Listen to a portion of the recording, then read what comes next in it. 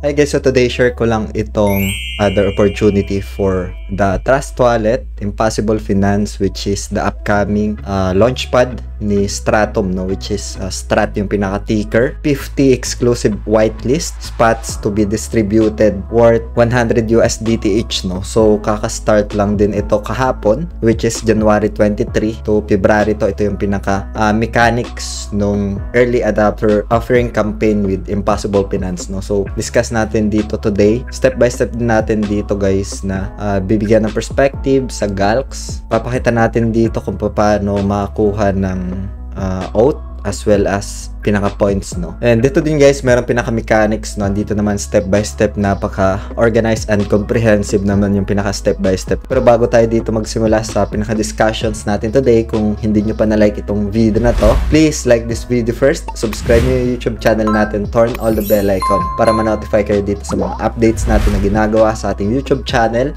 So for now, punta muna tayo dito guys sa pinaka mechanics, no, nung campaign para makapag-claim ng 50 exclusive whitelist spots, no, na kung saan ma-allocatean or magkakaroon ka ng 100 USDT allocation, no, for the potential Stratum launchpad dito kay Impossible Finance, no.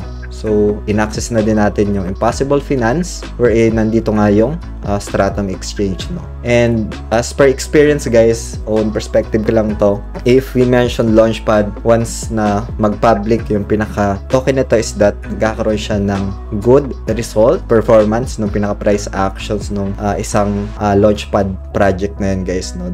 That's based from my experience lang, no. But then again guys, itong video natin today is just for ideas lang, for reference, and does not qualify as an investment or financial advice. I just give some update lang dito as well as an opportunity guys, no. But then again, yung past performance ng launchpad does not guarantee, no, yung pinaka future result dito. It's better for us pa din to do further research pa rin, make sure to do due diligence pa rin sa end natin, no. That's very important. So ngayon guys, dito sa pinaka-campaign mechanics, just follow Trust Wallet lang on X. So naka-follow naman ako dito kay Trust Wallet. Andito naman yung pinaka-details, no. Punta lang tayo dito guys sa complete the task on or in Galx. So andito na tayo, and then puntahan muna natin itong Trust Wallet Filipino. Sa Trust Wallet, actually naka-follow na ako dito guys, na as we can see. And if ever man natapos na yung task na yan, i-update lang natin to dito. And pagkatapos nyan, ito quote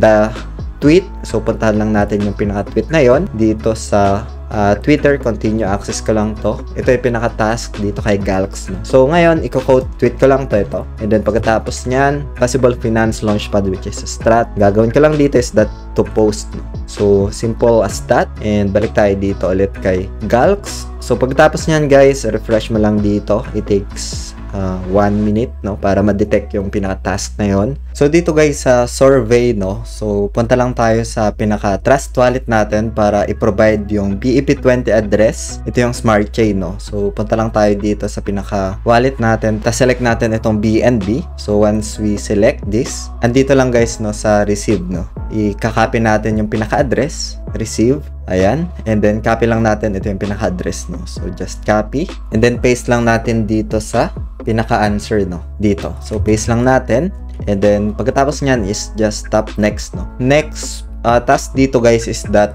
yung 10 USDT dito swap, or if meron kang pinaka 10 USDT, so ito swap 10 USDT. Balik lang tayo doon guys sa pinaka Trust Wallet natin, no. So dito sa Trust Wallet natin guys, back muna tayo, tapos back ulit. So meron tayo dito makikita na swap na sa pinakababa. Sa iPhone, I think meron dito sa pinakataas, pero pag Android dito sa baba, no. So select ko lang tong swap, and then pagkatapos nyan, hanapin ko lang dito yung kung ano yung may asset ko. So say for example BNB, and then dito guys palitan lang natin yung Ethereum kasi as we can see medyo malaki yung fee, no, nasa $1.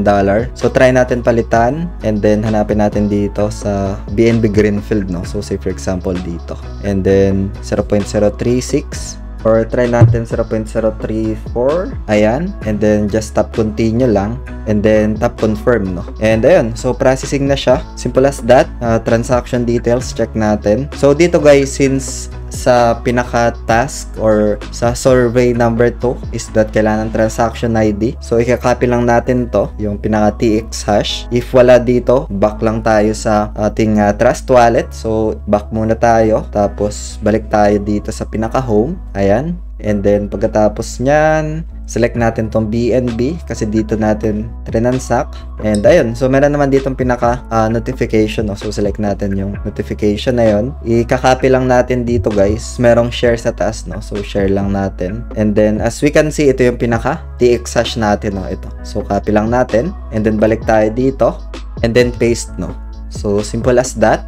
And other option pa dito guys, say for example sa BNB, so select mo lang dito yung BNB. And then, makikita mo naman dito sa pinaka-history guys, no, yung details. So, once you select that, makikita mo dito yung share, pwede mong i-share. At dito yung pinaka-transaction hash guys, no. Sa iPhone, I think, dito rin makikita yung pinaka-details, no. So, simple as that guys. Nalagay na natin dito yung pinaka-TX hash sa survey. Pagkatapos nyan, just tap submit lang. And yun, so ito okay na. Refresh natin to. So okay na guys, no, ni-retweet ko lang din to ulit. Bali, dalawa na yung pinaka-task na ginawa ko dito. Pero I think kahit ganito lang, yung i-quote mo lang siya or retweet is that mag-activate naman na to, no. So for now, claim, oath, and 15 points na natin dito kay Galx. And gas list naman na to. And balik na tayo dito guys, no, sa pinaka-details. For now, natapos na natin yung swap, tapos pag bigay ng transaction hash dun sa pinaka-Galx campaign. Ngayon,